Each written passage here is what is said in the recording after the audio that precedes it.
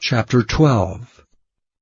Wherefore, seeing we also are compassed about with so great a cloud of witnesses, let us lay aside every weight, and the sin which doth so easily beset us, and let us run with patience the race that is set before us, looking unto Jesus, the author and finisher of our faith, who for the joy that was set before him endured the cross, despising the shame, and is set down at the right hand of the throne of God. For consider him that endured such contradiction of sinners against himself, lest ye be wearied and faint in your minds.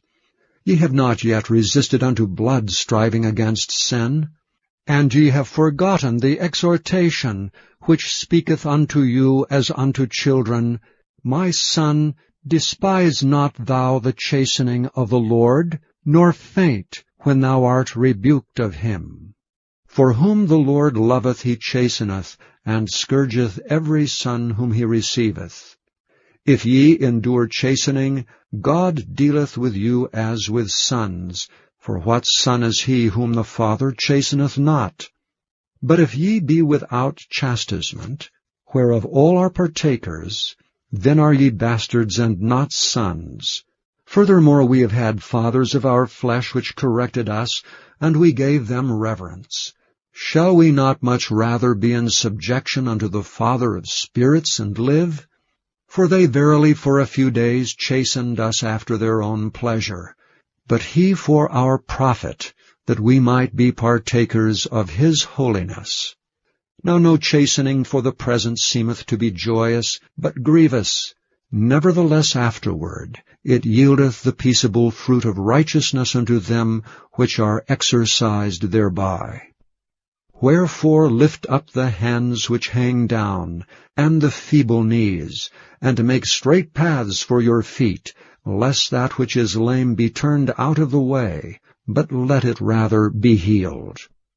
Follow peace with all men, and holiness, without which no man shall see the Lord, looking diligently, lest any man fail of the grace of God, lest any root of bitterness springing up trouble you, and thereby many be defiled, lest there be any fornicator or profane person, as Esau, who for one morsel of meat sold his birthright.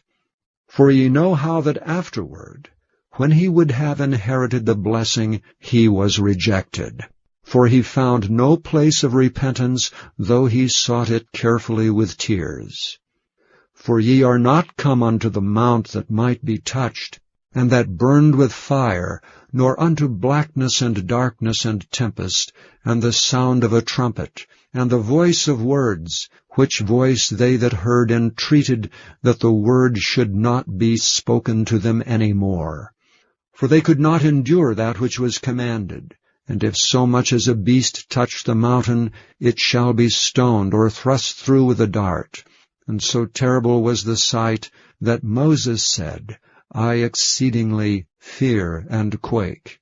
But ye are come unto Mount Zion, and unto the city of the living God, the heavenly Jerusalem, and to an innumerable company of angels, to the general assembly and church of the firstborn, which are written in heaven, and to God the judge of all, and to the spirits of just men made perfect, and to Jesus, the mediator of the new covenant, and to the blood of sprinkling, that speaketh better things than that of Abel. See that ye refuse not him that speaketh.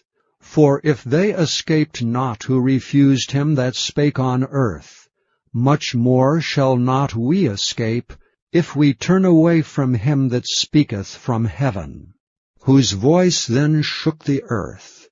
But now he hath promised, saying, Yet once more I shake not the earth only, but also heaven.